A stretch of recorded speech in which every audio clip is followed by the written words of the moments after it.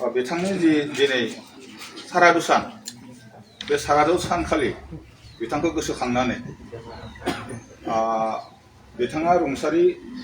जालांदों थांनाय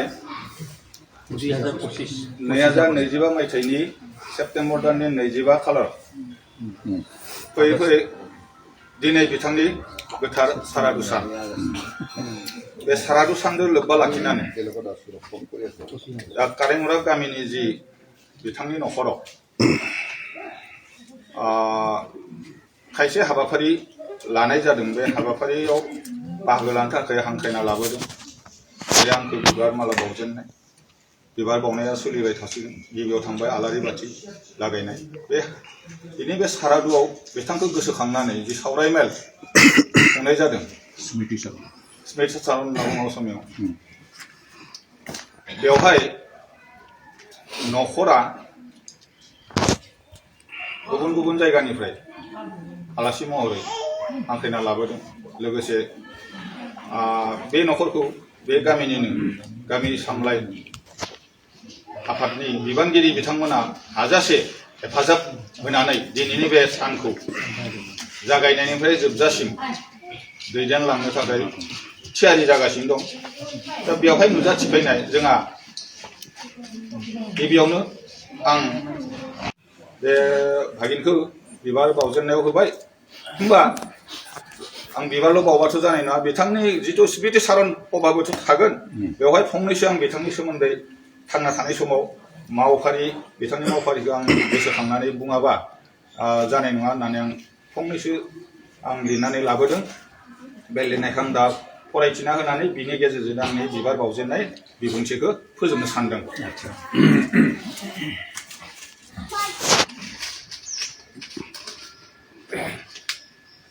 दिनै रबिन्द्र रामसियारिनि रुंसारि जालांनायनि थाखाय सारादु खुंनायनि फोरबो सान रबिन्द्र रामसियारि बिथाङा थांनाय 2025 मायथाइनि 25 आगस्टआव रुंसारि जालांदों। रुंसारि रबिन्द्र रामसियारि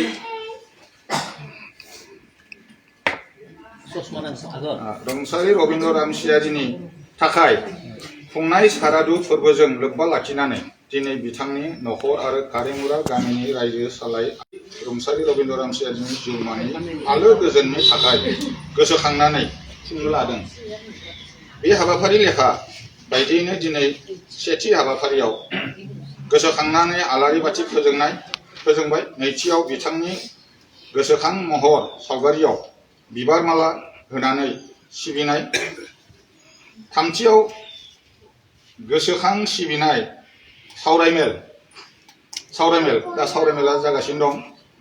सावरायमेल गोजोननायनि थाखाय जानाय बावनाय बायदिसिना बायदि हाबाफारि लानाय जादों दिनै जियानो दा बे आयदायावनो बिथांनि सावगारियाव गोथार बिबारनि माला सोनानै सिबिनाय बावनायनि मानगोनां सोद्रोमाफोर आरो बे दिनैनि बे हाबाफारियाव नुजाथिफैनाय मानगोनां आलासि दा सामलायगिरिया हांख्रायनाय लेखा जा हाबाफारिखौ मावनो आंखौ थिनदों बे हाबाफारिखौ आं मावनो थाखाय आखायाव लाबाय।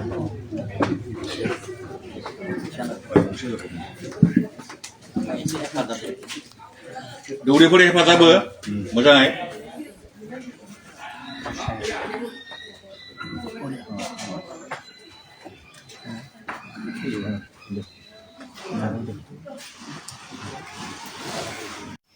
गोरबोनिफ्राय बावनो सानदों बे आफादगिरि महरै जा दङ बे गामिनिनो बे आफादखौ सावरायमेलखौ दैदेनगोन मानगोनां रन्जित कुमार महिलारि बिथाङा बे कारेंमुरा रनासि गोजौ फरायसालियाव आखान्थि आफादगिरि महरै दैदेनबोदोंमोन बिथाङा आरो हालुकदङा गोजौ फरायसालिनिफ्राय आखान्थि दिनै बे आफादाव बिथां रबिन्द्र रुंसारि रबिन्द्र रामसियारिनि जिथु गोसोखांथि सावरायनाय बेयाव नुजाथिफैनो हानायखौ आं जोबोद गोजोननाय मोनदों आरो आफादाव नुजाथिफैनो हादों जोंहा राजेन्द्र रामसियारि सौदिटकनि मानगोनां सम्पद बसुमतारी जा न'खरनिब्लाबो जा नगेन रामसियारि दङ आमाय आरो अनासि गोजौ फरायसालिनि आथिखालनि गाहाय फोरोंगिरि मानगोनां रामसिं दैमारि बिथांजों अनासि गोजौ फरायसालिनि मानगोनां स्टाफ नोंथांमोन आरो बायदिसिना माने बिबान थानाय आलासि नुजाथिफैनो हादों जियानो हक आरो गासैनोबो आं गामिनि गासै सोद्रोमानोबो आङो माने आंनि गोसोनि सिबिनायखौ बावनानै बिथांनि रुंसारि रबिन्द्र रामसियारिनि जि सावगारि बेवहाय बिबार माला बावजेननाय हाबाफारिखौ लानानै आं फंनैसो बिथांखौ गोसोखांनानै गोसोखांनानै एसे सिबियाब्ला गोसोआ फोथायनाय नङा बेनिखायनो आं बिथांनि सोमोन्दै जा गोसोआव गोलैदों मिया जा रामसियारि आंनो होबाय आरो बे हाबाफारिखौ मावखांबाय बेजों सोमोन्दो लाखिनानै फंनैसो गोसोखांनाय बाथ्राफोरखौ फोरमायथियाब्ला बिथांनि जिउमाया गोजोननाय नङा रबिन्द्र आमाया गोमोरलांबाय दिनै बिथांनि खायसे सुबुं आरो समाजनि थाखाय मावनानै गालांनाय खामानि थैनानैबो थैनो रोङै जालांबाय होनना आं सानो बिथाङा सासे फोरोंगिरिमोनब्लाबो समाजनि थाखाय मोजां सानग्रामोन फरायसालियाव फरायसाफोरखौ फोरोंनायनि अनगायैबो गामियाव एबा न'खरफोराव सुबुंफोरखौ लोगो मोनोब्ला बा लोगो हमनानै मोजां मोजां गिहा होनानै थुलुंगा होयोमोन जायनि फलाव आं बिथांखौ सिबिनानै आरो गुनि गियानि बेनिखायनो बिथांनि बाथ्राफोरा फंफ्रोमबो सोब अमृत बायदिमोन टेलेन्टफोरावसो बुङोमोन बेखौनो आं मोनबोनाय जादों बिथांखौ बिथाङा बाथ्राफोरनि जोहै बुंनानै नलेज होनो नाजायोमोन बेनि थाखाय बिथांखौ दिनै बावगारनो हाया दिनैनि बे सानाव बिथांखौ गोसोखांनायजों लोगोसे कारेमुरा गामिनिनो रुंसारि जालांनाय सानैसो समाज सिबियारि जोहोलावफोरखौ कारेमुरा गामिनि रुंसारि महत रामसियारि थामथियाव मोनगोन रुंसारि आनन्द रामसियारि ब्रैथियाव मोनगोन रुंसारि सुर्यकान्त दैमारि बिथांमोना कारेमुरा गामिनि अराय समाज सिबियारिमोन समाजनि थाखायनो बिथांमोना माने निजेनि जिउखौ बांसिन समखौ खाथायदोंमोन समाजनि थाखाय न'खराथ' मोजांखा न'खराव कोनो अभाब अभियोग गैयामोन बिथांमोना बेनिखायनो बिथांमोना समाजनि थाखाय मोजां सिन्था खालामनानै मावनो नाजालांदोंमोन आं नुनायाव बै समाव बिथांमोना मावोबा आं सेंग्रामोन कलेज फरायनाय सेंग्रामोन जोंहा